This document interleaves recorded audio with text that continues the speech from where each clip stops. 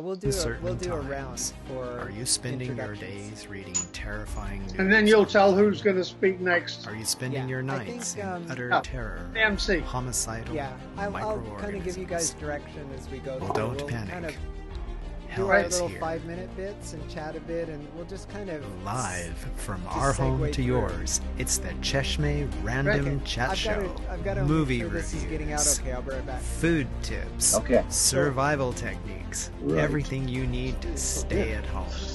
It's the Cheshmeh Random Chat Show. So put on your favorite survival gear and join us for the fun. Is live now. Is he?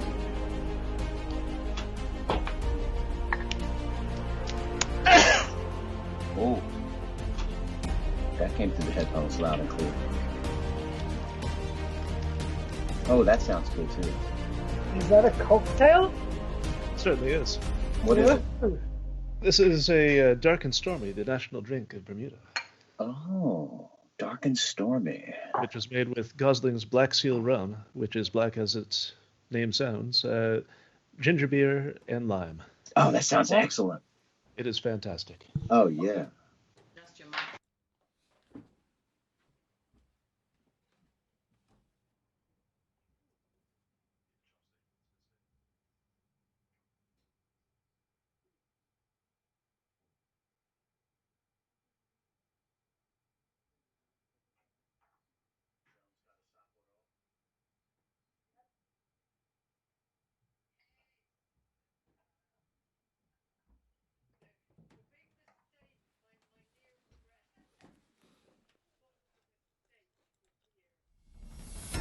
In these uncertain times, are you spending your days reading terrifying news online? Are you spending your nights in utter terror of homicidal microorganisms? Well, don't panic. Help is here. Live from our home to yours, it's the Cheshmeh Random Chat Show. Movie reviews, food tips, survival techniques, everything you need to stay at home. It's the Cheshmeh Random Chat Show. So put on your favorite survival gear and join us for the fun.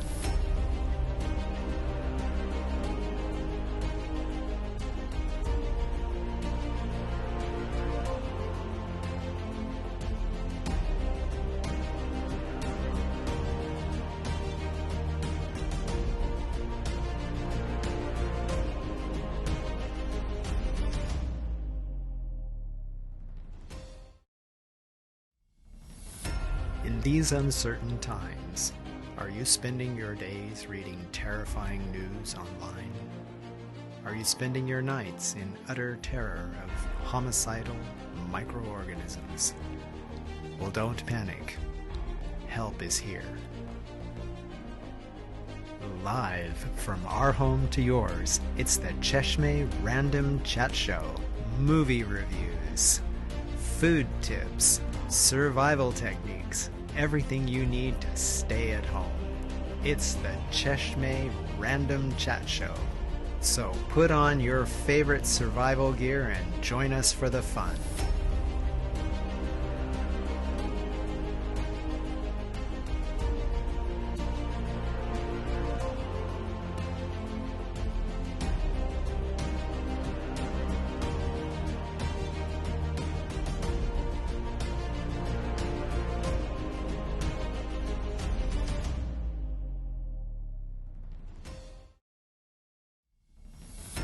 In these uncertain times, are you spending your days reading terrifying news online? Are you spending your nights in utter terror of homicidal microorganisms? Well, don't panic. Help is here.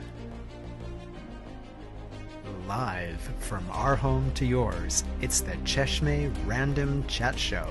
Movie reviews, food tips, survival techniques, everything you need to stay at home. It's the Cheshmeh Random Chat Show. So put on your favorite survival gear and join us for the fun.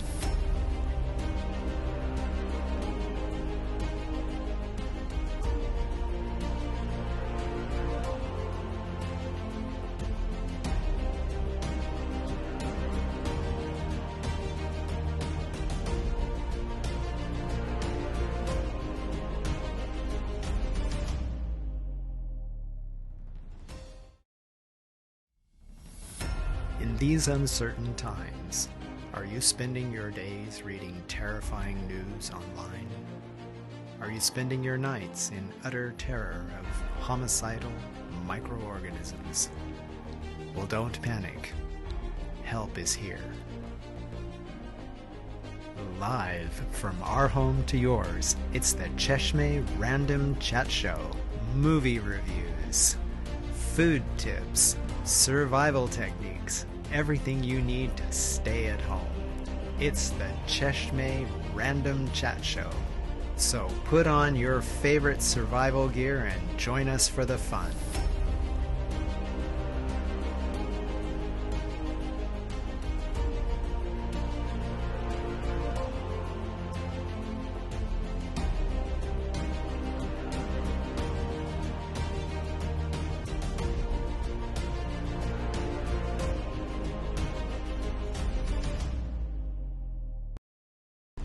Live from our home to yours, it's the Cheshmeh Random Chat Show. Put on your favorite survival gear and join us for the fun.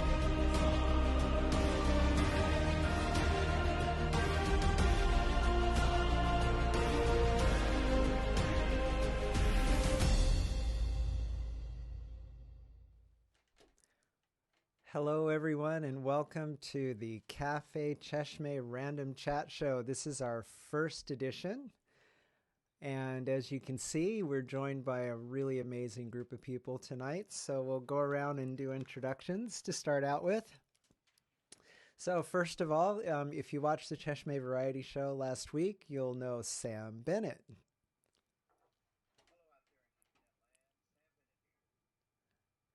And yay! Okay, and Dylan Hunter, also from our show last week.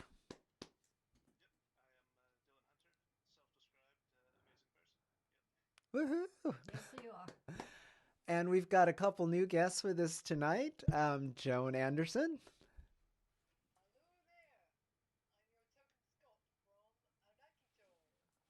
Yay! And last but by no means least, Mr. Morgan Fischer and his ducky.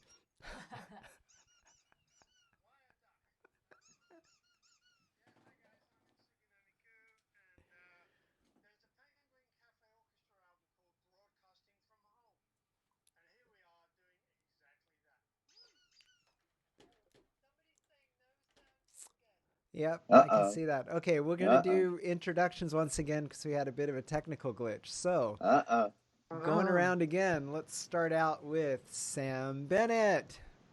Hello out there in internet land. Can you hear me? I hope you can hear me. No, we are trying. We are trying our best. We'll see what happens. Okay, let's double check if we are able to be heard here for a second. Sorry, folks, we're still getting the hang of this. Yeah, I can Okay, hear. we're good now. That's So, okay. we've got Sam Bennett and Dylan Hunter. Hey, folks. I'm Dylan. I'm amazing. And Joan Anderson. Hi there, I'm Joan. Token Scott joining you tonight from deepest Arakijo. Nice to see you. Yay! And Mr. Morgan Fischer. Hi guys, this is your token Londoner in Suginamiku. Woohoo! All right. So, this is the Random Chat Show, and this is our first effort at bringing a wonderful collection of our random local folks together to talk about completely random things tonight. So, if you have some suggestions or topics that you would like us to touch on, we are monitoring the text that you guys are sending us, so go ahead and feel free to ask questions or make demands or statements, and as long as you're not too insane or frightening, we'll go ahead and bring them up to the crowd tonight. So hope you'll join in. Now, sitting in the room with me tonight is our Cheshmeh master and chef, Megumi. Yeah, I forgot how to talk to human being. So, to get tonight started off, I thought when we were doing testing yesterday, Joan told us something that had us all in stitches, and since we can't wait another second to hear what this is about, Joan, would you like to go ahead and give us your story, and I'll put you up on full screen first. Yeah, so I had a dramatic happening yesterday morning at 7 o'clock, which is a pretty shocking time to have a bit of drama in your life. So I had been out delivering the newspaper, as I do on a Friday morning, and I had gloves on because I was trying to be very, very, careful not to contaminate any newspapers. And then on my way back, I was just like, oh, I think I'll just stop in at the Combini and get some beer, it being 7 o'clock in the morning.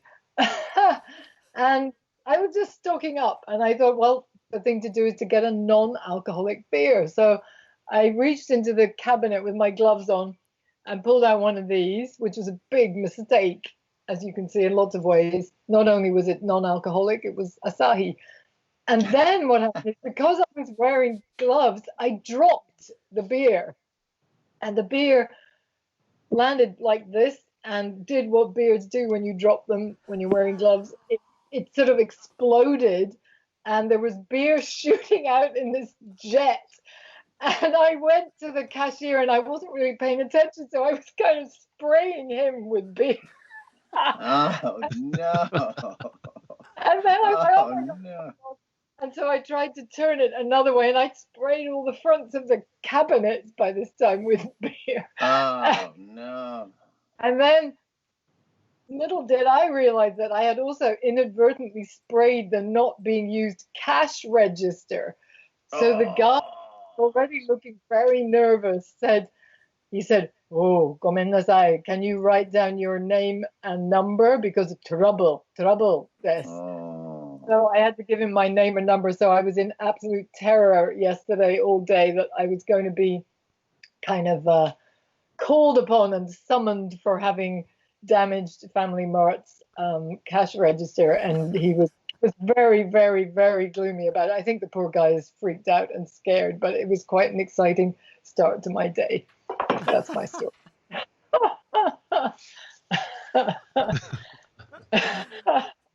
The tragedy is...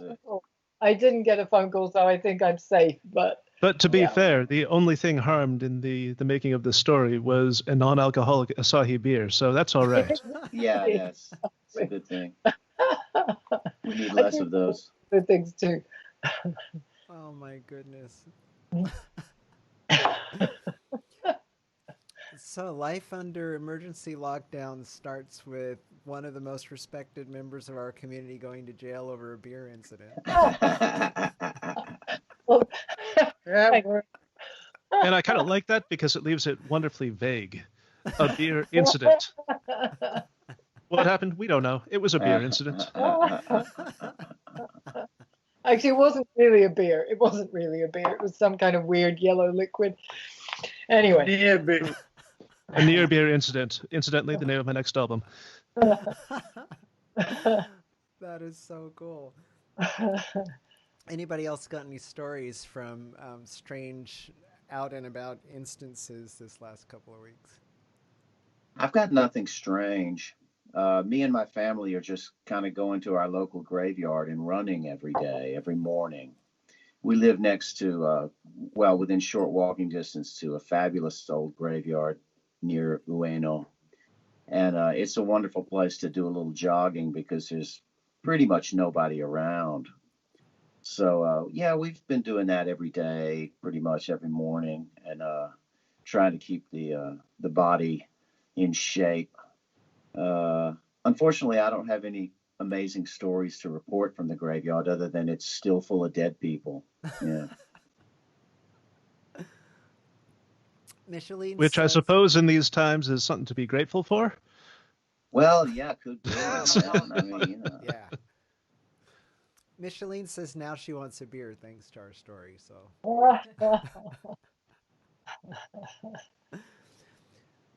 Dylan, have you got something you'd like to talk with us about tonight?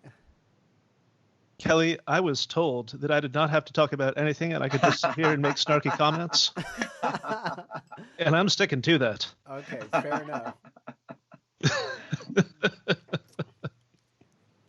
So who wants to go next? I believe we haven't heard yet from Mr. Morgan Fischer. Indeed. I want to know about those red glasses, man. What about them? They're red. So I What so, to so I say? noticed. Where'd you pick those up, Morgan? My regular glasses, they're called Washin Megane. Mm-hmm. They're one of the oldest glasses guys, opticians in Japan. Mm-hmm. You know, I suddenly had to wear glasses when I was 48. I've met a few people that had pretty much a similar thing happen. Suddenly, they couldn't read books anymore when they were like in their late 40s. Mm-hmm. And that happened to me really quickly. And I remember finding myself carrying a magnifying glass. So like I'm reading books on a train with a magnifying glass, like Sherlock Holmes or something, you know. And I thought, this is ridiculous. You know, I better go and have them checked. So I go to a nice eye doctor, and he recommended Washin. And like any doctor does, he said, yeah, well, this is it for you. It's just going to get worse and worse and worse. I thought, thanks, pal. You know, doctors like to do that, I think. You know, it's like, you're doomed. And so, you know, I went to anyway, and, you know, buying your first pair of glasses, Sam, you must know that, Megumi, Joan. I mean, your first pair of glasses, that's like your image. You're making your image right there and then. Who do you want to be? Buddy Holly, Elton John? You know, I mean, who do you want to be? Yoko Ono? I mean, I was there for 2.5 hours trying like everything. Oh, to see, there you go. What? Well, that's because you got them when you were 48. I got them when I was like 10. So it wasn't quite the same thing. I get you. Right. But I do At recall. the time, the answer was still race car driver? Or Yeah, there you go. Astronaut, maybe. No, Yeah. I do recall putting on that first pair of glasses, though, and seeing every leaf on the tree in a way that I didn't know trees could be seen. And that was just stunning, you know, because up until then, my life had been a bit of a blur, you know. And suddenly you could, like, I remember to this day putting on that first pair of glasses, and wow, every leaf on the tree was an individual thing. That was revelatory. That was truly revelatory. Yeah. And now your life is a total blur. Yeah, Evident. I've gone back to being a total blur. Second okay. childhood, right? Yeah. I gotta tell you, Morgan, those red glasses are cool, though. They are so rock and roll. I don't know. I just thought, what the hell? Let's be a little outrageous here. That's the way it goes, man.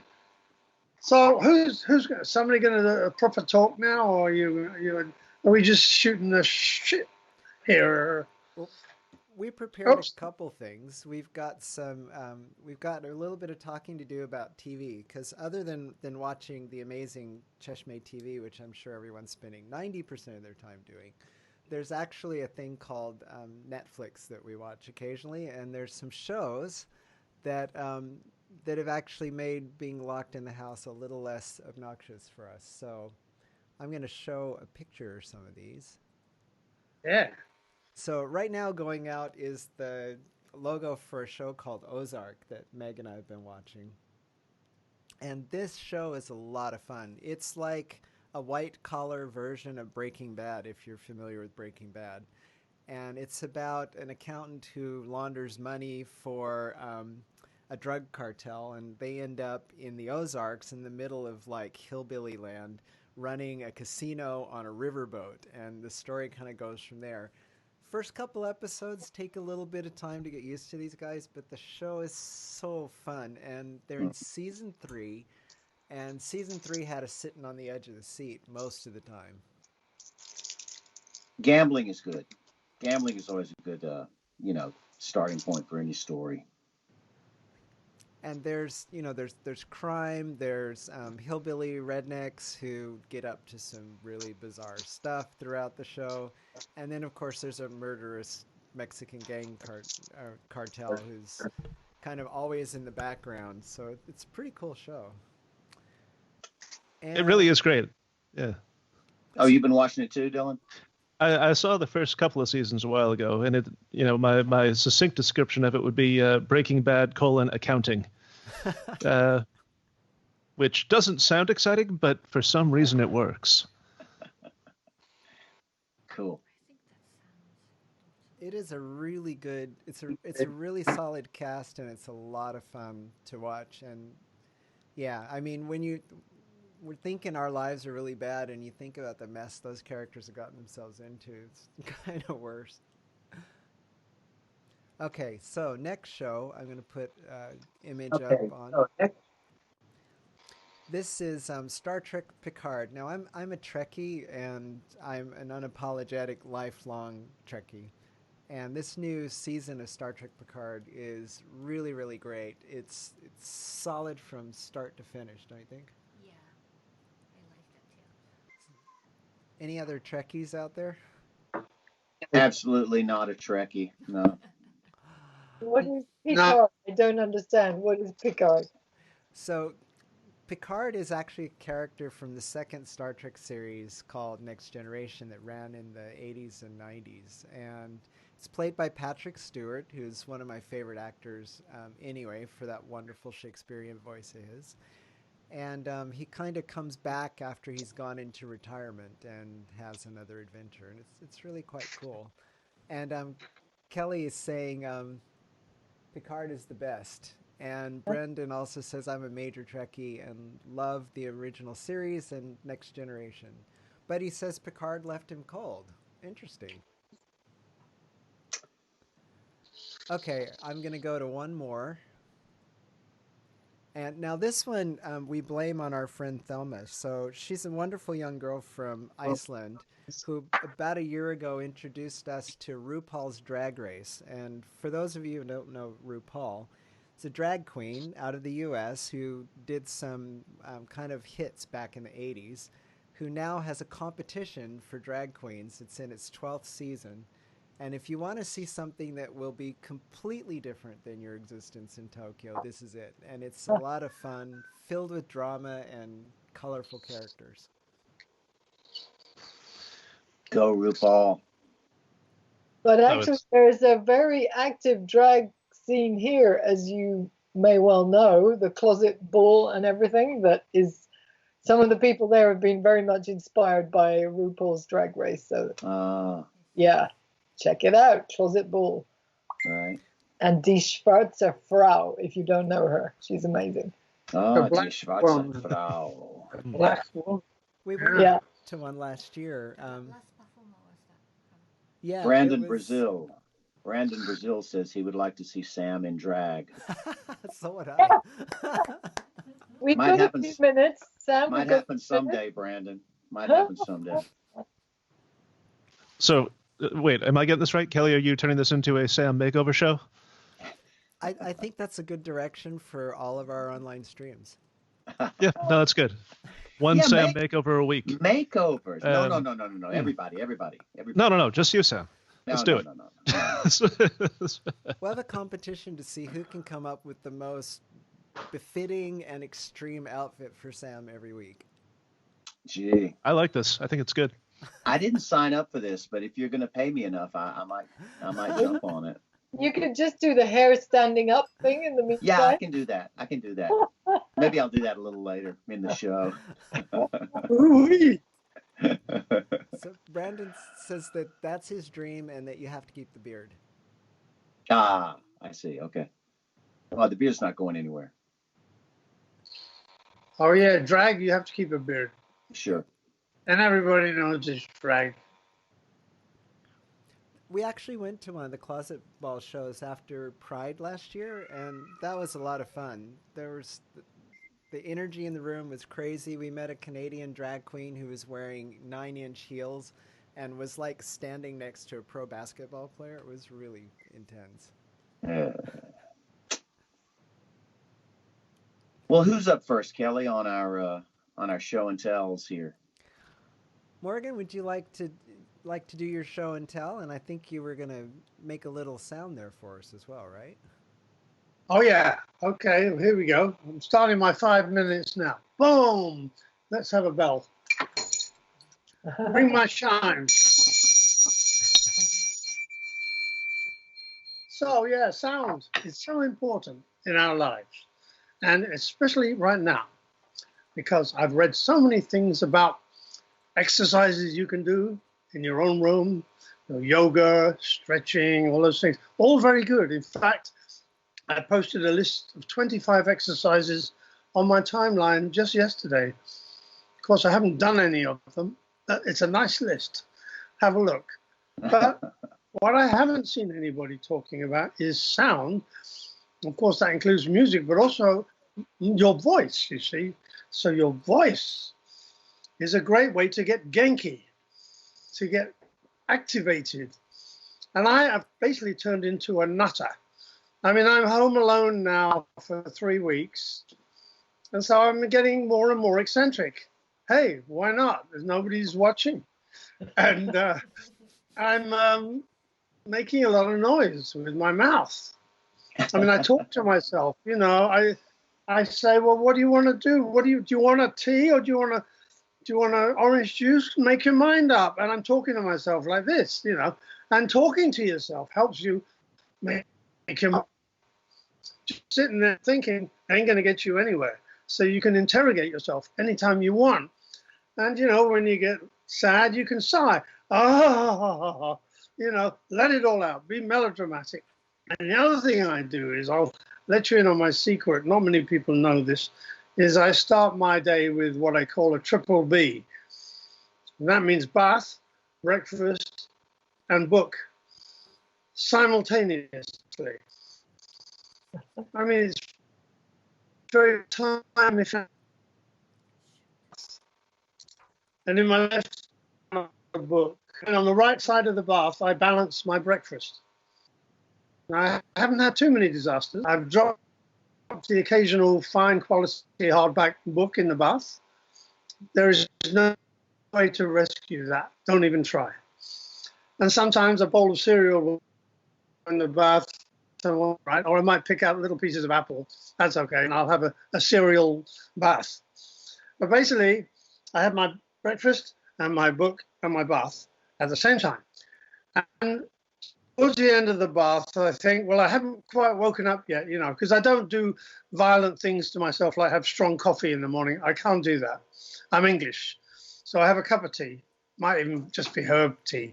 But I feel I've got to wake up a bit better, wake up some more. So let's use the voice. So I read the book out loud. And I'll do a couple of pages, and I think, oh, I feel great. And I'll get out of the bath, and I'm awake. These days, because of Corona, I'm doing a bath and a shower every morning.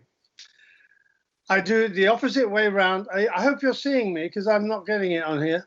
I'm not. My phone is dead. Anyway, I'll keep talking. Your video's freezing up just a little because bit. Of Corona. We just lost Morgan.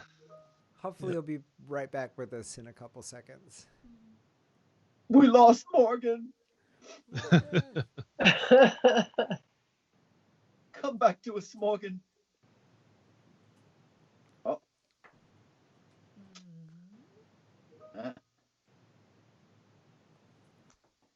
Well, these are the vagaries of the internet. Indeed. Okay, we'll give Morgan a little bit of time, but I think he raised some interesting ideas. So I'm curious, are the rest of us talking to ourselves? Because I know we are. Well, those of us who live with other people generally have those people to talk to. So I do a lot of talking to my wife and my daughter. But if I'm alone in the house, even under normal circumstances, it's quite likely that I'll talk to myself. I very often talk to myself if I'm all alone. Yep. I guess I've been doing it all my life, really. No, that's a good point about other people in the house, because, you know, why drive yourself mad when you can drive someone else mad? Oh, absolutely. That's kind of what I think. Sure.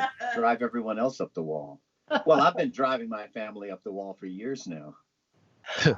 whenever I go away on some kind of little tour or something, when I get back, they tell me, "Gosh, it was so quiet around here, while you were gone."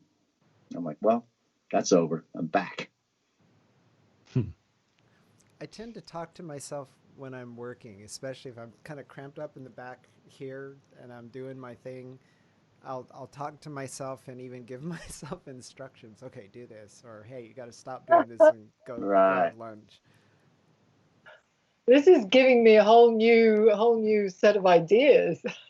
Well, Joan, you also live alone. So, what do you find yourself talking to yourself, or do you not do that? Well, at the moment, my life is full of Zoom. My life Zoom. really full of Zoom. It's almost like too full of Zoom. I'm having wonderful conversations with friends. I'm having Buddhist discussions over Zoom. I'm having long lost reunions with people. Well. That's really nice. And also I make my own noise because I do my Buddhist stuff, at home as well. So there's plenty of noise going on. Right.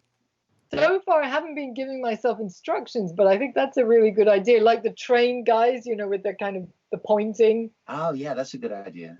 Do the exercise routine. Point to the room you're about to walk. No. Yeah. Hey. Yeah. But it's true. The prevalence of video calls, which all of us, I think at least I did, but most of us probably ignored up until just about now.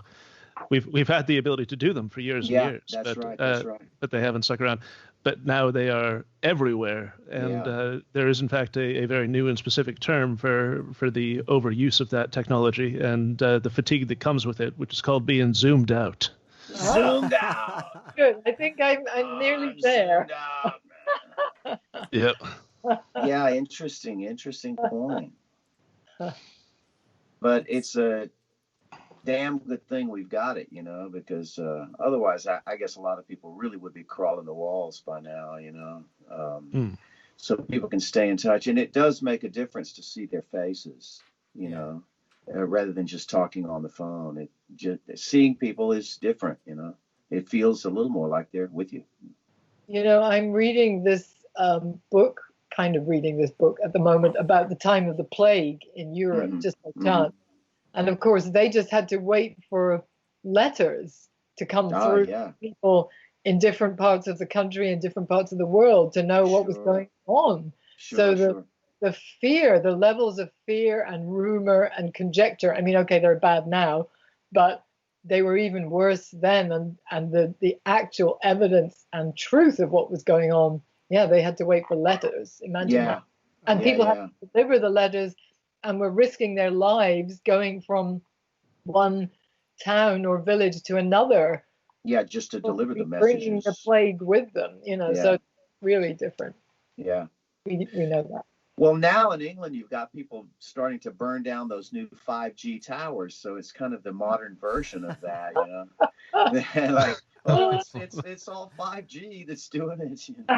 And apparently, there's been about 50 or so 5G towers that have been vandalized in England. Really? Because of rumors about the connection between 5G and coronavirus. Wow. Yeah. Wow. British people, as you know, are very, very sensible. Yes, very sensible. I mean, look, you've got me, you've got Morgan. Come on.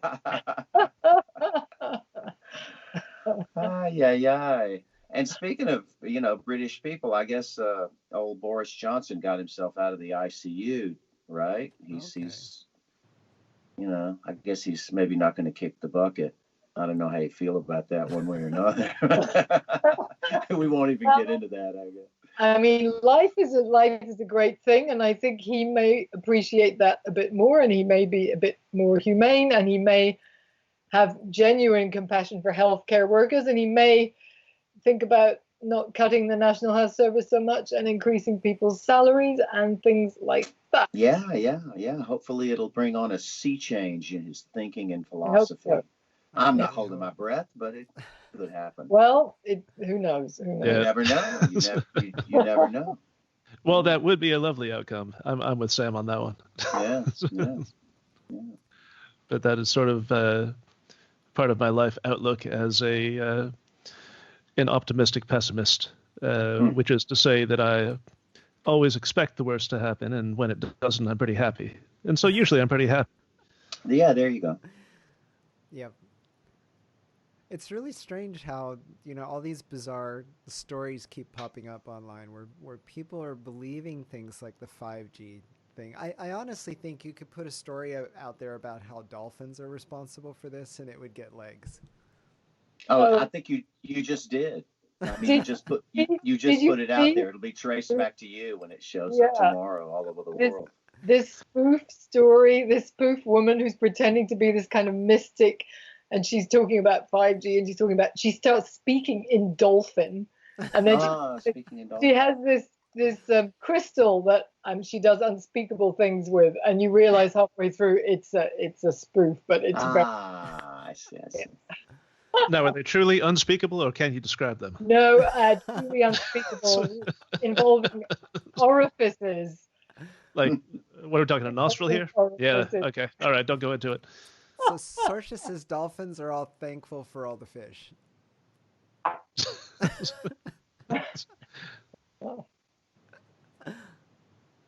So just to let you guys know, we're not able to connect back to Morgan so far, but we're going to keep trying. I think his phone ran out of batteries or something. Yeah, we'll something. That's a shame. Hopefully he'll be back with us in a few minutes. Come back to us, Morgan. Oh, he says he's sending him a message saying, trying to join. When I hit something, I only see me. When I hit join, I only see me. Oh, dear. Text him to let him know that we're trying to dial him from the chat. And so he'll see an incoming call from chat. On Skype. Yep. Coming to you, friends, tonight from the miracle of Skype.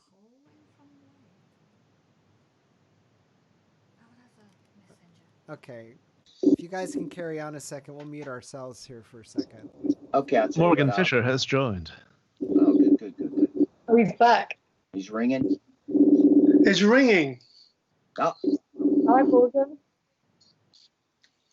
Hello? Are you back with? Yeah, we can hear you. We can't see you, but we can hear you. Okay, what do I do now? I need to find the camera. Oh, dear. Here we go. Yeah. Back! Hey! Morgan. Was that power of 5G right there? So was that me, or did the whole thing go down? The whole thing went down. The entire world internet went down, Morgan. And we're all back now. I apologize. I stepped on it. It was my bad. You broke the internet. The new millennium starts here, right? We're all millennials now. Millennials? What nonsense is this, Morgan? What is a millennial? Do tell. Well, we start from zero. This is a new millennium from today. Oh, okay. So now we're all part of it. That feels good, doesn't it? Yeah, sure. I want to play some music. Look. Yeah, so Morgan, carry on with what you were telling us.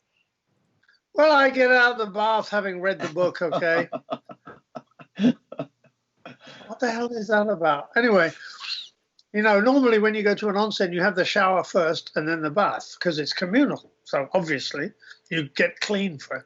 Well, my way's in reverse because it's nice to slide into a hot bath first, have the breakfast, read the book, read out loud. Then I get out and then I drain the bath and I have a shower. And I wash myself and I wash the bath and I'm being very, very clean here. Lots of soap. And in the shower, I'm making use of sound. And I'm sure most of us sing in the shower sometimes, I like to do a motor mouth as well, Try this at home, folks. Try it at home right now. Oh, God, I got to clean my screen now. And then there's the tongue version. Okay. And it makes you feel good, It wakes you up in the morning. Anyway, so I told you I'm getting a bit eccentric here. But anyway, as a musician, I like sound. So, and I'm going back. I want to take you back now to 100 years ago, what sound sounded like 100 years ago when sound look like this. Oh, wait. But Morgan, before you go there, I'm sorry. I just have to ask. When you're going through this routine, does the thought while you're sitting there eating your breakfast, reading your book, ever go through your head that you're basically taking a bath in your own filth? You're a soup of Morgan? Because that would concern me personally, Well, and that would be front and center in my mind. But if it works for you, that's good. But I had a schoolmate. I had a school friend in high school who never took a bath. And he used to describe it a little more picturesquely than you have. And he used to say, I do not wish to be wallowing in my own effluvia. He said, yeah, what? yeah. He No, thought the whole idea was disgusting. Effluvia. Yeah, but that's why I had the shower after the bath. Yeah, but not during. So during the bath, you're in a Morgan soup. It tastes all right to me. Oh. I'm not a vegetarian. I didn't think you were a cannibal either, man. There you go. You mean nobody else here takes a bath? We live in baths. That's our That's routine. realistic. This is just you coming up for air, huh? Let's have some music. Exactly. I'm staying out of this conversation. Yeah. Can I? Okay, we need to have a history now. So the history lesson. In 1877, Mr. Edison invented the gramophone or the phonogram or whatever he called it. And now we have, we still have record players now. It hasn't all gone digital. People still play these things. And we have very high quality audiophile systems available. But I'm thinking, what does the sound go through before it reaches your ears? So when you put a record on, it goes through a needle and then a cartridge and then a cable into a preamp and going through all kinds of circuitry and tubes, and then another cable to an amp, more circuitry and tubes, and then another cable to a speaker. And the reverse is true, that when it was recorded, it goes into an electric microphone through a long cable to a preamp, and then to an amp, and then to a mixer. And then it gets recorded on tape, and then they take the tape to a cutting room, and they put the tape on, and it goes through more things electrically until finally they cut a record. Well, now, in Mr. Edison's day, things were much simpler. You didn't have a microphone, you had a megaphone, which is a big cone, right? And when you shout through it, it gets louder. And anybody can make one out of cardboard, it works, But they used those as microphones in the old days. And people would sing into a megaphone. And on the other end of a megaphone, it would be attached to a little needle.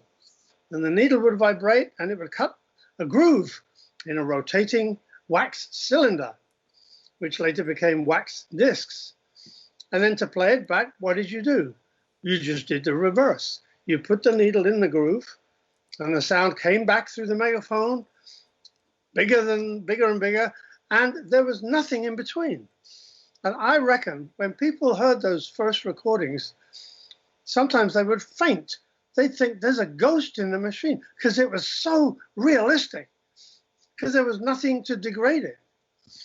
And then legend has it that 100 years later, a bunch of recording engineers thought they would celebrate the centenary of the gramophone or the phonogram, and they would try and reproduce that early way of recording and playing back. So they put together probably a more modern and sophisticated system, but basically a megaphone and a needle. And they played it back, and they were astonished. It was like better than anything they're doing with all their high quality, expensive gear. So, to cut a long story short, that's what I'm doing now. So this record player has no electricity.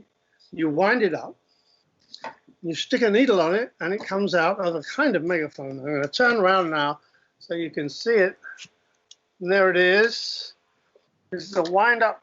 I've wound it up, so I can't wind it anymore. So I'm going to play a little bit of music here. Some guy whistling.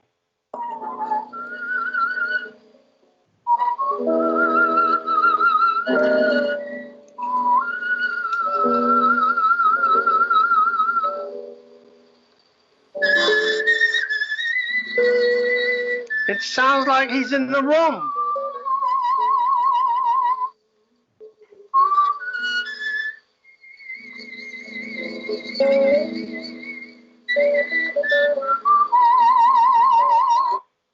There you are. Wow. That's Stardust. Lovely. It's beautiful. So I'm okay. If there's no electricity, I still have music. You just wind the thing up. It works on a spring. Excellent. And you imagine Now, one the thing picnic about the old seductions 78s, this machine one caused. thing about the old 78s is that they would use those big fat needles, which you have to change almost every time you play a record. Yeah, here's So, one. Yeah. You probably can't see it, but can you see that? Yeah. It's quite fat. Yeah, it's like a nail. This is the high volume one. They come in 4 different volumes, and you can still buy them on eBay. So there's probably a lot of new old stock lying around. And yeah, the manufacturers are very clever. They say you should change it after every record. It's like, oh yeah, tell me another one. But after about 10 records, they do start to get blunt. Yeah, you need a new one, and it's also going to be destroying the record at that point. So you need to keep a pretty fresh Because needle. it's heavy. That arm is heavy. Yeah. But you know, shellac is much more durable than vinyl. Uh-huh. Lost the connection. Uh-oh. Up. We can still see you, but you've stopped moving. Uh-oh. Lost the connection. Look at here. Says here. You all frozen. Thing that you should play I wanna it backwards. There's a hidden message from the past. Oh, I'm sure there is. Paul is dead. Paul is dead. Paul is dead. I had a record, maybe Morgan, you remember this, called "They're Coming to Take Me Away." Oh, sure. Ho ho, hee hee, ha ha, to the funny farm. Where life is beautiful all the time. Yeah. But on the back side, they had the same song in reverse. Ooh, which sounds satanic, like everything Yeah, in reverse yeah, sounds satanic. Yeah. Yeah, I remember playing records in reverse by just turning them backwards when I was a kid and being fascinated. And then when the whole Paul is dead thing happened, I was about 12 or 13, and I was scouring all the Beatles records to play them backwards and hear if there were any hidden messages about Paul, because that was what was going on. Everybody was checking their records to say, oh my God, what's going on if you play backwards, Oh. Pretty cool. I think that might have been the very first seed of like sort of people getting into scratching records and manipulating records, really was kind of playing them backwards in order to hear clues about Paul being dead. Brandon was saying that he misses the 20th century, that this century is a bit shite, which I got to tell you, I miss, like in the 80s, I'm dating myself here, in the 80s we used to get together and we would sit around and we'd open up an album and pass around the liner notes and read the back of it, and it was such a social thing, and it was so Sure. Well, those days are over, kid. we do the same thing now. It's just we play videos that we like on YouTube. It's the same, Yeah, I reckon. Do it online, Yeah. Hey, have you seen this? That's true. My daughter, she's 19. She brings me and my wife, she brings us music that she, discovers on YouTube, and I wouldn't have found it otherwise. And there's actually a lot of really good stuff. Yeah. But you know something? I think, can you remember when we all used to make mixed tapes for our mixtape? Yeah. There you go. That level of dedication and devotion is no longer required, because you just make a couple of clicks and you send something. Whereas making a mixtape for someone, that was a real sign of love. That's true. A playlist is pretty easy to put together compared to a mixtape. That's for sure. Yeah. I was just going to finish what I was saying about seductive picnics, because imagine the people. Seductive. This is a portable. Wait a minute. Hey, What? Who are you talking about? How long were you out, Morgan? I was out 5 minutes. Listen, this thing is portable. It's pretty heavy, but it's portable, and people would take them on picnics. No electricity required, and they would pick like 10 very romantic records to play on it. I'm telling you, man, It's This the way was to go. serious. This should have an age limit on this thing, you know. It's the way to go. Hey, I love it. Portable music. I think I'm done. That's my 5 minutes.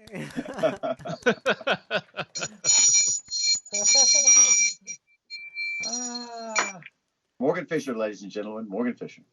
Yeah. I Follow me.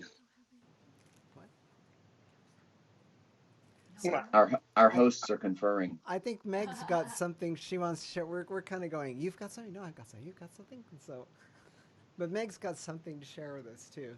Because Kelly forced me to. Oh, okay. Right. What is it? Wait. Meg, are you okay? Blink twice if you need help. Wait, can Kelly hear this? When did we close? That was the end of February. Yeah.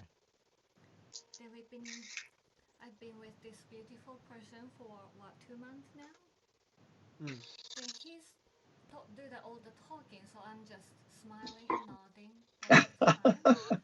Which I always, do at the cafe anyway. Customers talk. Right. Behind the counter. Yeah, Well, you're busy I feel cooking you, and yeah. yeah. So that's comfortable because I don't have to talk. I'm Yeah. not good Yeah. at small talking in Mhm, languages. Mhm. But I just noticed I kind of forgot how to talk Yeah. sometimes. Uh-huh. When I It have happens. to answer to the door and I forgot how to talk it. So I thought, that's not good. If when we reopen, I have to talk again. So Yeah. You'll have to do a certain amount of talking. It's true. I cannot avoid that. So I'm trying to read some stories out loud, like novels or stories. I'm forcing myself to speak now, otherwise I just don't. But I think that's good for everybody. Just read your favorite book dramatic way. So reading aloud. Yeah. Yeah. Good. I like it. Right. So that's something I squeeze out from my head.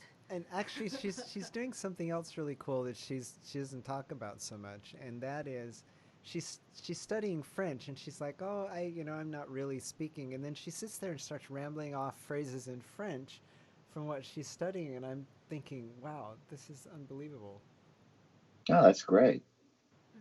Yeah. Plus, I got to tell all the Cheshmeh fans out there, so if you love Cheshmeh's food, imagine how cool it is to be in isolation with the chef. Oh, lucky guy. I mean, we are. I don't know. I don't deserve her, but every day we're having food here that is just really good. I'm eating so much more healthy food than I was before. Yeah. And we actually sit down and we eat regularly each meal together, and we kind of connect, and it's so cool. But on the back end of that, the whole ritual we go through to like safely bring food into the house. Holy I mean, it's like a scene out of some bizarre movie where you're trying to avoid letting alien infection into your spaceship. So like, the Amazon grocery delivery person comes and they're like, no, you have to come get it at the door, and we're just stall and don't go to the door for a really long time until they give up on us coming and leave it at the door and go away. Yeah. Well, you can tell Amazon. You can tell Amazon to leave it at the door. All your deliveries. Right? We did for the grocery one, but the girl was insisting we come to the door, and we were like, that's not going to happen. So. Oh yeah, that's no good. Oh. They're pretty much all the delivery people are supposed to be, supposed to know now that it's okay to just, get a command from the other side of the door. So just leave it there, and that should be okay. I mean, imagine being one of those people. It must be really tough for them. Well, sure, and so it should be a relief for them as well to not to just leave the box at the door. Use your pen if you do have time, right? Yeah. Your own pen, absolutely. I mean, they don't know where we've been. If I were a delivery person, I would be Of like as course. far away as possible. Yeah, definitely. You know, But it's a risky job.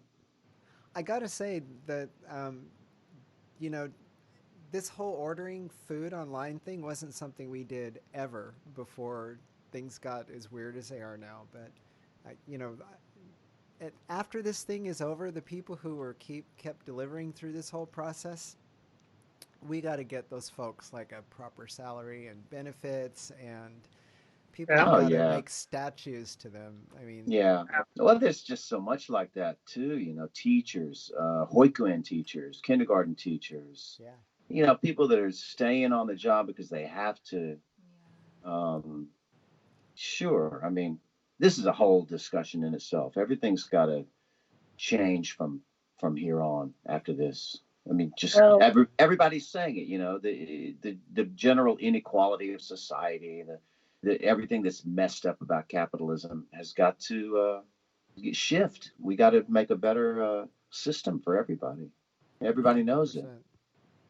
Well, not Well, everybody the knows it. Amazon boss gave 0.01% of his money to coronavirus. Yeah, right. That's very generous. Yeah, yeah. I'm going to go out on a limb here and say someone should take away more of it and give it to his people that work for him. Yeah, I'm with you on that limb for sure. but Sorsha just made a little comment about how much stuff Dylan is ordering on Amazon these days. Uh-oh. Okay, Dylan. Confession Yeah. time. Fess up, man. This is no confession. This is simple truth. I am not going outside. I am not going to be one of the people buying out shelves on the supermarket, but I am going to get a few essential goods here and there. Yeah, of course, And of course. to be fair, some non-essential goods as well. Are you hoarding chocolate, Dylan? You're hoarding chocolate, aren't you? I make no comment, Sam. Okay, No I have a comment. challenge for everybody Okay, challenge. and a question. If I show you this, Mm-hmm. okay, I have a question. Yes. Somebody put this item on my question about what foods are you hoarding. So I have, You're hoarding poke. how long can you wait after you've eaten the first packet before you eat the second packet? Immediately. I The got it up second to packet goes immediately. 5 minutes. I'm actually all right on that one because they're discrete packets, right? Mhm. So You're a man. there's a little there's a break, there's a pause, a rest Mhm. in between opening the first and the second packet, and I can take that moment and say, "Oh, I've had a packet. That's good. That's good enough. That's I'm good, going to that's put the good. pocky down and go open up these chips over here." I can't see a pack of pokey as a lover of New Orleans music. I can't see a pack of pokey without thinking, hey, hey, hey, hey, hey, pocky way.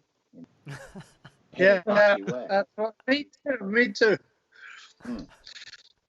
Well, thinking of finishing packets, it's the same with bottles. I was drinking a little too much wine for a while, like a bottle a day, like my mum, So anyway, I thought, right, the thing is, there's that satisfaction of finishing the bottle. So how about if I buy half a bottle? I'll have the satisfaction of finishing the bottle, but I've only had half the amount of wine. This has got to be good for me, right? So I did it, and I had the half a bottle, and I finished the half a bottle, and that was satisfying. But then I remembered I'd bought a second one.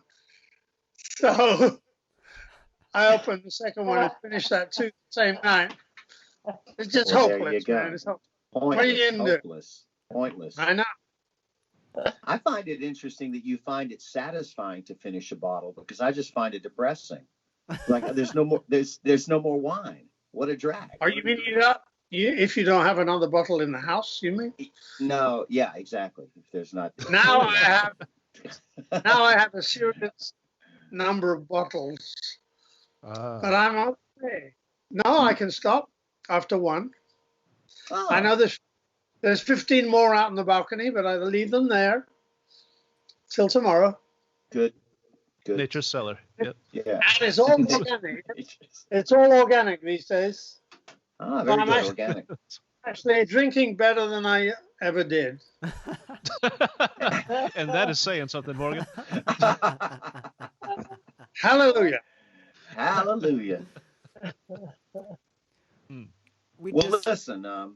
I tell you what. I'm gonna just show y'all some stuff. Okay. Okay. Right. Can I just move in here and show y'all some stuff? Oh, are we doing show and tell now? Yeah, it's show and tell. Is that okay, Kelly? Yeah, go for it. I mean, you're theoretically the host of this. I'm just barging in, but go for 5 minutes. 5 minutes. My 5 minutes has started. So many of you may know that I have a part-time work as a kindergarten teacher, English teacher. I work for a company that has 6 different little daycare centers, and before that job, I used to teach English for another company also for school children, but a little older, elementary. And during those years, I always used to end my classes by asking the little kids to draw a portrait of me. And therefore, I have a huge collection of children's portraits of me. And I thought I'd show you some tonight. These have never been seen by anyone in the world except me and maybe my family. So I'm just going to show it to you. Okay, here we go. Move them right. Yeah, I used to ask the children to always draw me, and this is one. Potato head. Oh yeah, this is another. That's cool. Yeah, it's cool, right? I like the glasses. Yeah, well, that's the feature because I always wore glasses. Here's another one. Yeah. That's brilliant. I love that. I want that one. Yeah, they're all Charles actually. Let us comment, Sam. Let us comment on each one. Please. Charles Okay. Dickens. Totally Charles Dickens, that one. That was the Dickens. Okay, here we go. With that's the Dickens. What Dickens? Here's another one. Huh? Yeah. No hair. Cool. That's Pretty bizarre. Cool. No, there is hair. You just can't see it. It's very faint. It's just an outline of hair. Okay. Because the beard is perfect. Yeah. Here's another. They're all quite different, actually. Woo! Oh, that's cute. Yeah. How old are these kids? These kids were ranged in age from like 5 to 10. Mm-hmm. Oh, I can hear that now. Oh, kawaii. Yeah, it's kind of scary, right? Here's one that she wrote my name. That was cute. Ah. A bit like I think they did Shakespeare. a really good job. Here's another one. Hey, Sam, you're not really that bald. Oh yeah, I because I used to shave the top of my head. I stopped doing that, so I have this tuft now at the top of my head. You want to see it, Sam? I'll show you later. Sam, I'm digging the jowls on this one. Yeah, well, this is perceptive artists. Wow, that one's good.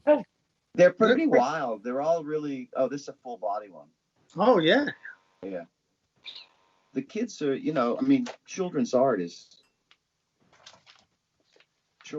amazing. I have so many of these. I'm not going to show them all to you, but here's another one. Got a wind blowing there. Yeah, the wind in your hair. Yeah. This is a good one. This is really interesting. Yeah. Wow. Right. You look very chill and beatnik in that one. Yeah, I think that this one, I don't know if you can see it. She really got this little stubble that was on the top of my head. Oh, nice. Oh yeah. Yeah, it's really detailed. Is that the correct pattern or? I think she's pretty close, or he. I don't remember. Here's another one. Hey.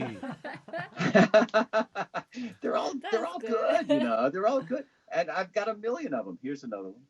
Oh my God. So Sam, this ties back to the whole drag thing because the lipstick one. Yeah. This Good one color is on you. this one is pretty gruesome. Look at that. Check that out. Oh dear. Oh. Edgar Allan Wow. Sam, all right. Oh yeah. So Sam, you need to make a video of these with your music. yes, I've been wanting to. Slide. I've been wanting to do that actually. This one is like totally weird, man. No, it's true. You got to Oh, just I see. you've got to do a like montage Sam. of Sam's to your music. Whoa. There's definitely a horror movie in that picture. Yeah. Oh, this is pretty frightening too, man. Look at that. Oh my God! What is that? Whoa! Woo! Yeah. What is Here's wrong another- with your eyes, Sam? Here's another one. Now that's pretty this sweet. one cut off the top of my head. This one. Oh, here we go. This is interesting. Ooh, Yeah. deep. Deep. Yeah. I've got about 5 more. Here's another one. It's, And you realize I'm only selecting the best ones. I have stacks of these things. Most of them have your mouth open. You must talk a lot. Well, that's what English teachers do. They do talk. Right. Yeah. that's good. Yeah, that one's Yeah. good. That was like got a perspective to it, a kind of a That's Yeah. good. yeah. This kid was really something. Probably one of the older kids. This kid was probably at least 10 or 11, maybe even 12. Yeah. And This is it. One more. Here's one. Here's another. question. Yes. While they were drawing you, were you drawing them? No. I would just sit there and let them draw me. Oh, yeah. Little song there, Sam. Here we go. We got a couple more. Just one. Here we go. One more. This is really interesting. This one. Look at that. It's amazing, right? This The is what cat- happens okay. after lockdown. So You've anyway, been yeah. eating a lot of chips. Oh my God, there's more. I mean, I'm sorry. Oh, that's crazy. That's great. Yeah, they're crazy, right? I mean, I just love the way kids represent things, you know? Yeah. Yeah. Oh yeah, this is a good one. This one gave me more hair than I actually have on the top of my head. You look Italian. Yeah, Ah, I always wanted to be Italian. Here's another one. And maybe one more. Let me see. Oh yeah, this is good. Oh, that's good. Yeah. So yeah, that's all. That's my show and tell. That was fantastic, Sam. Yeah, those are from years ago, and I've kept them, and I went into my closet today and dug them out for this show. Yeah. That's so cool. Sam Bennett, ladies and gentlemen. Hey.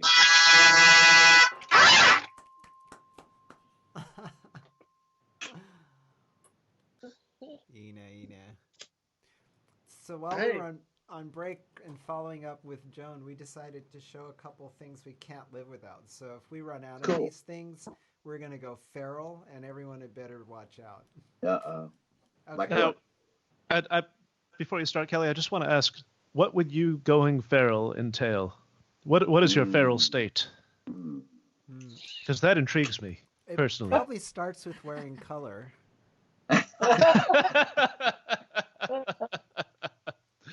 Heaven that would be a forbid. change. Yeah, Heavens to Betsy. and a MAGA I think- hat. He'd take the nose ring out. Yeah, no piercings, no black, a MAGA hat, ah, and, Horrible.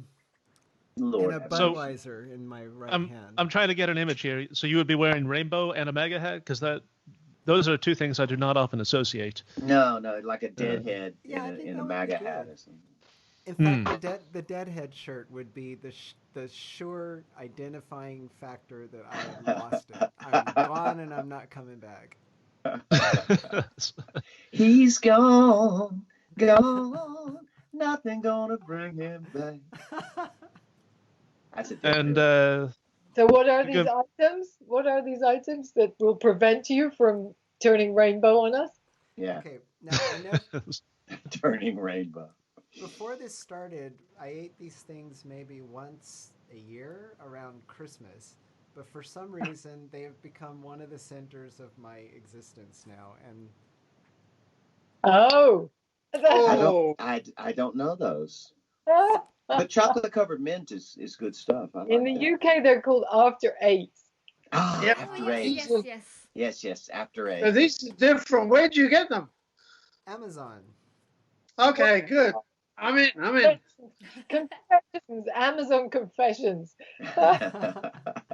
Yeah, I'm supporting Amazon, even though I'm not so quietly on Facebook suggesting that he be eaten because he's rich. But there you go. And Brilliant. number 2. What's this? Wait, Oh my I God, those feel dangerous, very dangerous. Wait a minute. Excuse me. What are you doing eating instant oatmeal? Oatmeal is like you can just get oats and cook oatmeal. We actually have instant oatmeal. the muesli stuff that Yeah, you can cook. You can cook that, yeah. There are mornings, so my morning starts with literally rolling out of bed and coming in here to do my morning reports. Uh-huh. So a lot of the time, I'm feeling a level of food laziness that would be hard to match. Yeah, I understand. If you got to get up really early and get straight to your computer and do some work or something, you need to just take boiling water and throw it into some instant oatmeal. And what's cool is it's English. It's English. And it's not English. Oh. So it's very fancy if I feel like it's, cafe culture. Yeah, sure. Yeah, very continental. This last one would be completely useless for me other than the creation of another easy breakfast food. But because I live with this person, this is power. Yeah. Flour. So Meg what is do you do making with the stuff. flour? What do you do with the flour? Flour makes the bread, pizza, pasta, udon, gyoza, oyaki, anything. Just Amazing. Yeah, well, talking about pizza, I have succumbed to frozen pizza. oh, I mean, dear. there's only so much time in the day, and these frozen pizzas are tiny. It's like Stokuchi. What is that? It's like, Who wants a tiny frozen pizza? Acid. well, I think Jill wants to show us something. I'm trying to diet. And Dylan has a huge bag of flour. That's a Super King. Yeah, that's right. This is the which is a mother good flour. load of flour. Well, so Sam is always posting all of these pictures of what I cannot describe any other way than sexy bread. Sexy bread. And that's wonderful, but the times being what they are, I figured, you got to be prepared for the breadpocalypse now. Yeah, breadpocalypse. Yep. If you're not making it at home, it's not happening. So okay. So we got the little 5 kilo bag of flour. Nice. Which should tie it over. Bread yet? Well, have you made not with the Super King here. This is still sealed. Uh-huh. But there are other packs of flour open, which Sorcha used to make some lovely scones. Ooh, scones. Those look good. Is that blueberries in there? Yes, it is blueberry, and they are good. Ah, blueberry scones. How nice. Yep. So I didn't know Sorcha was a baker. That's excellent. I didn't either until she made the scones. Ah, nice. nice. Now, I want to just say that me and Joan are the only two who are going solo. Yeah, that's right. Right? Yeah. True. Yeah. So, we don't have a significant other to cook for us or with us. Yeah, that's and right. we have to find ways to do it like speedily and quickly because it's like every day. So yeah, sure. So that's right. If you've got a family, I cook in bulk. I mean, cooking 3 days worth of pasta sauce is the same as one day. But you cook every Absolutely. time. Yeah. That's right. That's right. And frozen pizza. Sorry.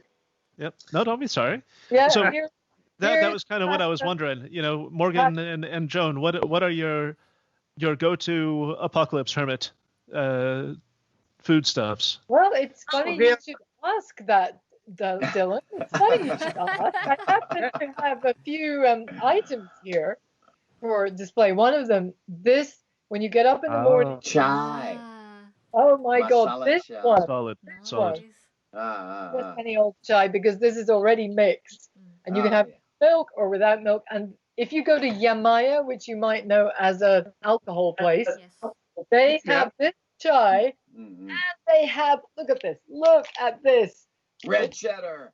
I know it's plastic and it's not the best in the world, but this is 1,300 yen for like a whole bunch of cheddar. That's a nice amount. Did you say 13? Yes, 1,300 yen for all that. Can you? That's good. All right. That's good. That's good. In a land that is by and large cheeseless. And then, being Scottish, look what my supermarket. This is one of my desert island. Highland cake. Yeah, you'll appreciate it.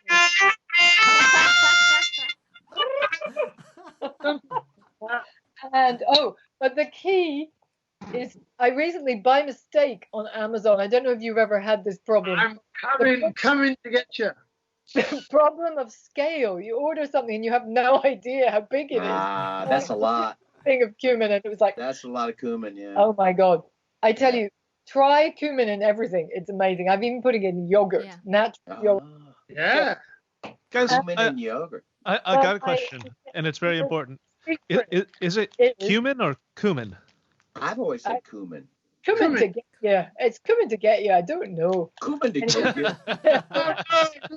Cumin to the garden, Maud.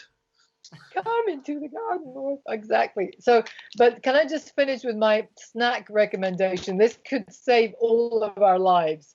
The key is to have a snack that you don't really like. So my go-to snack is walnuts, because I actually you don't like walnuts very much. So therefore, I'm only going to eat like 2 at a time, and then I'm like, ugh, God, that was my God. Good. So that's the only way to do it. I cannot have chocolate in the house; it's impossible. But so far, that's my snack recommendation. Okay, that will last you. I do the same thing with videos. When I'm trying to get to sleep and I can't sleep and I'm watching a video, I put on something I don't really like, and it'll bore me to sleep.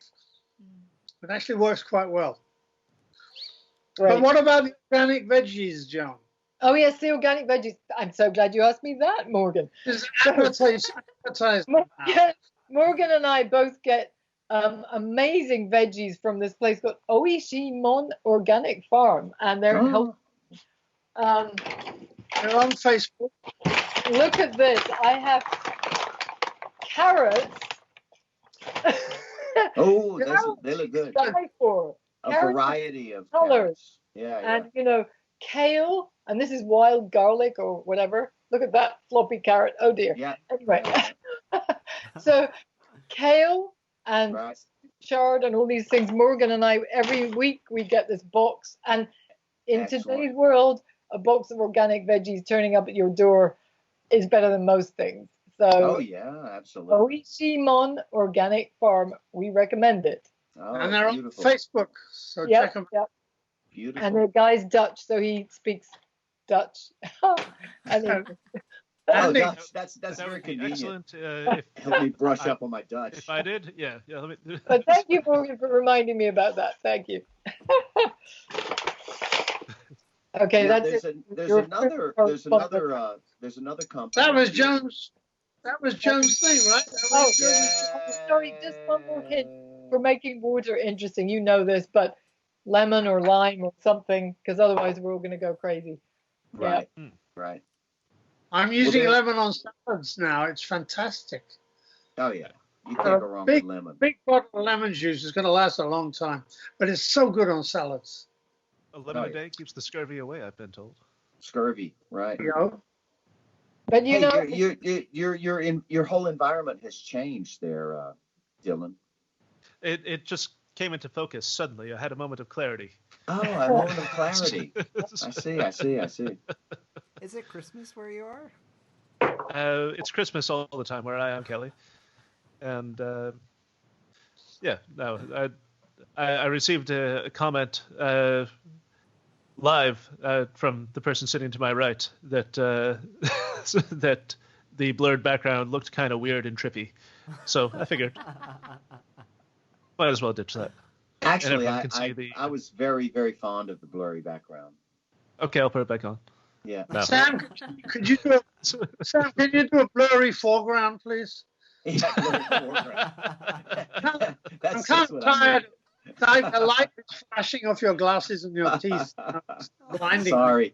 Sorry, man.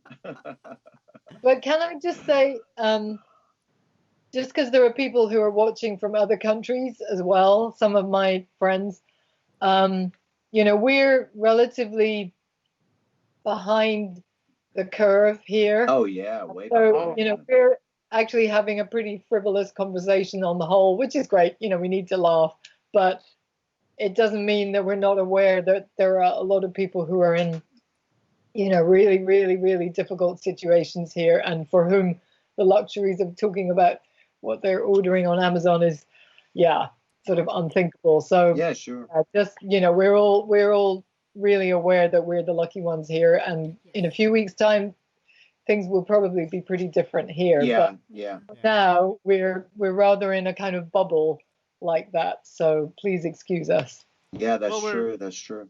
Yeah, it is a bizarre thing because we're kind of in a bubble and not in a bubble. Mm. By which I mean we're in a bubble in that sure, in terms of all us sitting here talking, things are all right, and there are plenty of folks for whom they are not. And on the other hand, we're not in a bubble in that none of us have any clue what's going on in Tokyo. It is a whole big black box that could be great or terrible. And I mentioned the optimistic pessimism thing before. I assume it's terrible. So I'm very much with Dylan, and anyone who reads the stuff I put on Facebook knows I've been shouting and jumping up and down for a while now.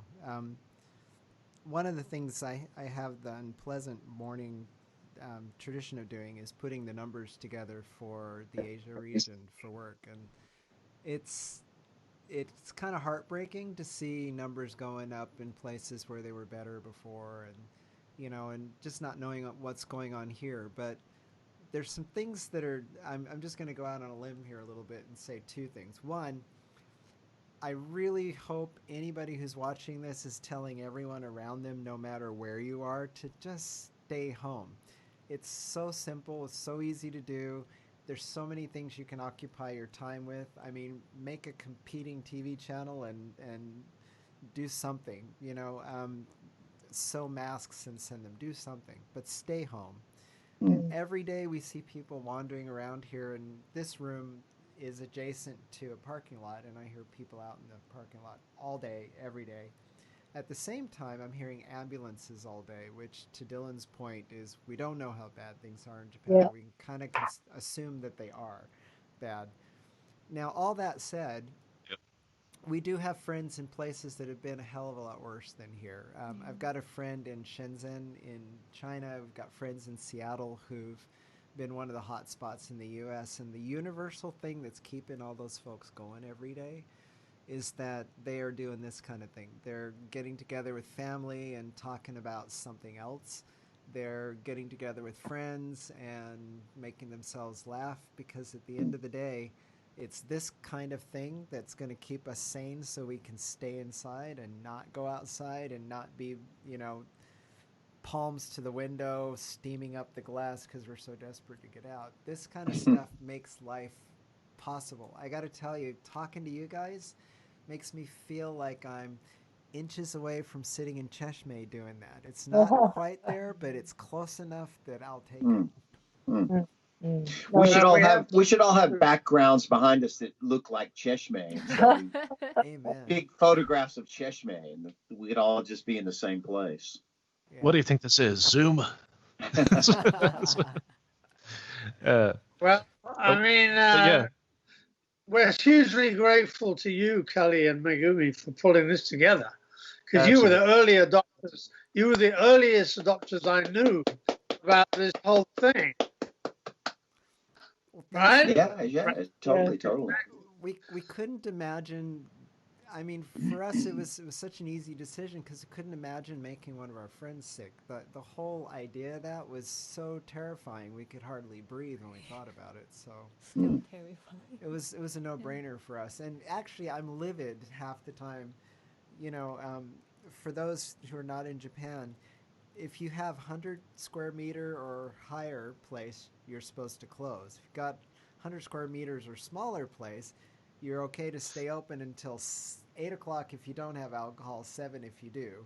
Just doesn't make any sense. It's just completely. I mean, it's a tragedy, and it's a tragedy happening in slow motion, and we've been able to see exactly what's coming. And I'm talking to some people who are, you know, involved in the government one way or another, and I'm passing as much information as I can. So if anyone has any information that is new or whatever, at least I've got a channel to get stuff through. And but yeah, it's really, really scary. The figures about the number of ICU beds here being so low, as you say, it's already it's just terrible.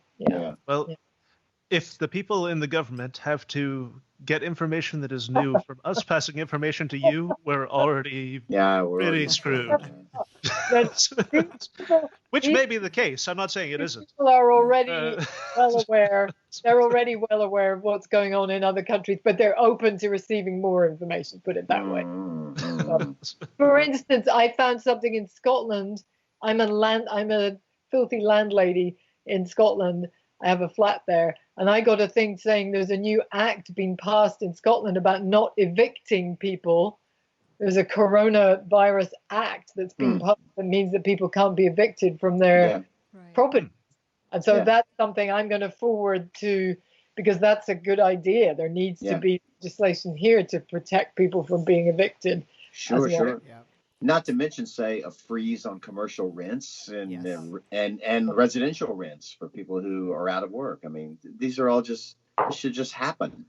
I mean, if you want to keep people home, you're right, Sam. What you said about the freezes on domestic and commercial rents, and then you know, freeze the utilities, and the only thing people really need to worry about paying for every month is food and a couple other basics, right? And give everybody enough money to do that who isn't working. You know, you don't need to give those of us who can work remotely money. We don't need it. But give it to people who do, who are still having to get on trains or get on their bike and go to work every day, because man, no job is worth, you know, putting your life at risk. You can always rebuild your life from a terrible situation, but you can't do it if you're not here.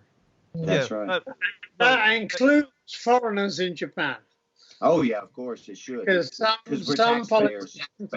some politicians have already been saying we just take care of our own. Of course. Like, thank you. You know, Every country has their right-wing nutters.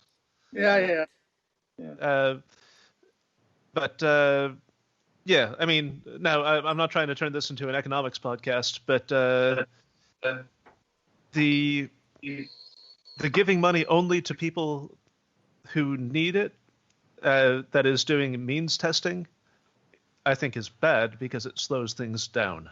That's true. That is true. As soon as you need to create a process that measures whether or not you are eligible, that means that anything that happens is going to be months out. Right. Because, or it's going to involve people lining up. Right? It should all be done online.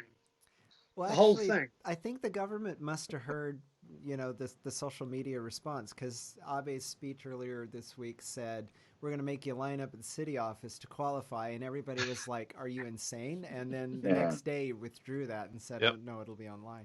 I honestly think everybody making as much noise about these ideas of freezing rent, freezing utilities, getting some money into the hands of people for basic necessities, the more people we can get to get online and do that, this government doesn't like being shamed and doesn't like looking like they've been caught out. It might take them a while, but I think the more pressure you put on them, they will eventually do something. It'll be half-assed, but they'll do something. Yeah. Abe 2020, eventually something. Slamming slogan, man. Okay, to lighten us up a little bit, I'm curious, is there something you guys are doing at home? Because there's stuff we're doing that, it's good there's no cameras on here usually, but is there stuff you're doing at home now that you've never done before, or you would be absolutely mortified if you found out your webcam was on while it was happening? Yeah, but I'm not telling you. Go on, it's a challenge. Push yourself out there a bit. Well, mine is kind of weird because it's quick and it's easy. I never jog. I hate running. I absolutely hate it. All my friends know this. I created a jogging course around my flat and started jogging from one room to the other. And I thought, this is really extreme for me. Anyway, that's mine. So you're kind of jogging in your apartment. Well, I only did it once. You might do it again. Joan, you are not alone. We're doing that every day. Wow, you're great. Because we realized, weirdly enough, we're actually losing weight being locked in the house because we stopped eating stuff that wasn't good for us. So we're shrinking. So we thought, oh my God, we've got to do something. So we did two really weird things. We started jogging in the house, and we bought protein powder, which I've never remotely considered buying protein powder. And after we work out, we drink protein powder so we don't disappear entirely. Oh, yeah, because I mean, you're both pretty much what I would call extremely svelte people. Is that speech? So Sam, what are you up to, Sam? Oh, well, I mean, like I said, I'm doing a little bit of jogging in the mornings with the family around the graveyard, and we go out and warm up in the sun and do our little exercises and then jog around a little bit, which is pretty great, But we're lucky to have this place nearby, this graveyard, and I think it's. I mean, I know a lot of people are just like, oh my God, I can't hardly step outside of my apartment, and we're doing as little of going out as we can, but we don our masks and we try to keep our 2 meters from anybody that we pass, and we go to the graveyard and jog and come back home straight away. So otherwise, I don't think there's anything that different I'm doing, except that I'm not going to teach my little kiddies anymore for the month, which means I get a lot of more music done. So I'm like, you're recording and mixing stuff that's been sitting around for months or years and throwing it up on Bandcamp every day, and just getting a lot more music done than I usually do, which is fantastic. I have no problem with being at home all day. I love it. I mean, it's not a problem for me. Now, Sam, you mentioned Bandcamp. If people wanted to listen to this music that you're making, where would they go to find it? Oh, we just, there's a website called Bandcamp. Bandcamp, it's one word, Bandcamp. And, it's a great resource. It's one of the best web resources for music. I mean, there's just hundreds and thousands of artists there, and it's just a fantastic place to discover stuff. You can stream everything. It's not like you have to buy anything, but you can also buy, files, and they're high quality audio files. They're WAV or whatever, not necessarily just MP3s. If you want something better, you can do that. So Bandcamp, and you can find me at just Sam Bennett. Oh, you can see that. Yeah. Yeah, that's Sammennett, Sam Bennett. We can put the link. I just uploaded a new song today. You know and I'm uploading all this studio stuff that I've been recording over the last God knows how long. And so today I went and found a tune it's called "Do What You're Able," and it's an old tune. It's not new, but I've never released it, and I had a multi-track sitting around for months, and today I went back to it and I said, okay, all it needs is I'm going to add a little cowbell, more cowbell, and a little bit of a jaw harp, and now it's done. And you throw it up, and there it is, and you can buy it for $1. And I've been getting a little bit of sales here and there, which is great. People buy, PayPal. That's so nice. Yeah. So I'm just gonna my goal actually all through this month is to upload roughly one song a day, because I've got this huge backlog of recorded material, and it's like most of it is multi-track. I've got percussion on it. I've got my guitars. I got vocals, and a lot of it is songs nobody's even heard. So I'm just throwing them up there every day. Go to Bandcamp. Right. No, Bandcamp. I had fun making a video to go with one of my old songs, because that's, we have time, and it's amazing. Yeah. And I said to myself, you got limited, I say we've got time, but I said, well, to do one song, I don't want to spend like days or weeks editing. So I said, I'm going to go with limited time, limited means, and just throw a video together. Sure. To go with the song. So I was lip syncing to a song, doing selfie video, and trying to make it interesting by like running around the room while I'm doing the selfie video, Sure. Whatever you can do, what you got. And I love the feeling. It's like, yes, and it's actually a lot more interesting than something very polished and cool and professional. And it takes me right back to when I was living alone in London, and I made my first home studio back in 1978. I had a 4-track analog tape recorder, and I made some great music just with that.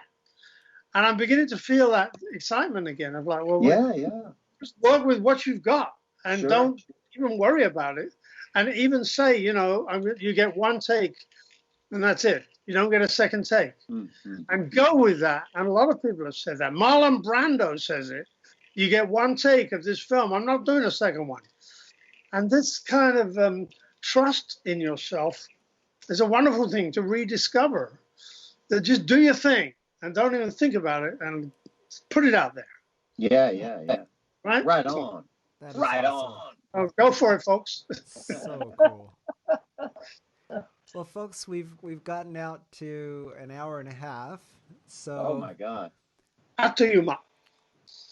I think we've had a great group of people here tonight having a lot of fun, and some wonderful people chiming in on the thread. So thanks to everybody out there who's been supporting us and listening. Yeah, I'm gonna go back and read all these comments. I try to glance at them and keep an eye on them, but it's hard while you're talking and listening too. So but I know that people have been commenting and really appreciate that. It's really cool. Definitely. I'm just gonna chill out with my friend Flora here. Flora. Flora is my automatic massage. God, that's Look at that thing. Look at this. Look at this. Wow. I made my own. That's awesome. Hey, Joan. I just thought I should introduce you to her. She's really great. Joan, can I come over to your house now and meet Sam, Flora? No. Bad, Sam. Bad. They're taking oh my God! Look at that. Wow. It looks like you've got an it's alien. psychedelic. Yeah. It's great, I tell you. Haven't seen anything like that since I was on lysergic acid diethylamide in 1977. Sorry. Anyway. So I want to do a couple quick pitches before we wrap up. So next weekend is the second edition of the Cheshmeh Variety Show. And yeah, my language is leaving me. So we have Fernando Neris, who visited us from Belgium last year and played at Cheshmeh. Fabulous slide guitarist, so he's going to be joining us. And then we've got Rook and Ogu, who are two young Japanese artists who do amazing ambient music. So if you want to forget everything and drift off into another dimension, these guys are really, really it. So that's the confirmed lineup so far. There might be little additions to that before we get there. Second pitch. So anyway, that's 7 p.m. next Saturday, the 18th. And the next pitch is, if you are interested in joining us on that show to do some music or art or being a comedian, whatever it is you do, let us know. If you are interested in being in the chat show in a future edition, we want to invite folks who've been out there and interested and want to share their stories with us to join us on this as well. So you can text us in the thread here, or you can email us directly. Either one's fine. Great. Right on. Thank you so much. Thank you, everybody. Yay. Peace and love.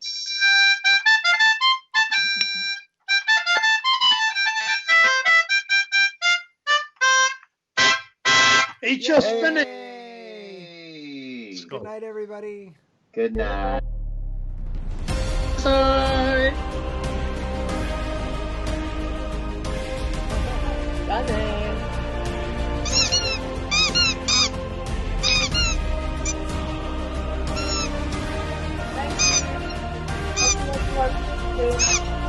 Thanks, folks. I'm assuming that's a wrap. Hey. My drink is done. So is the show.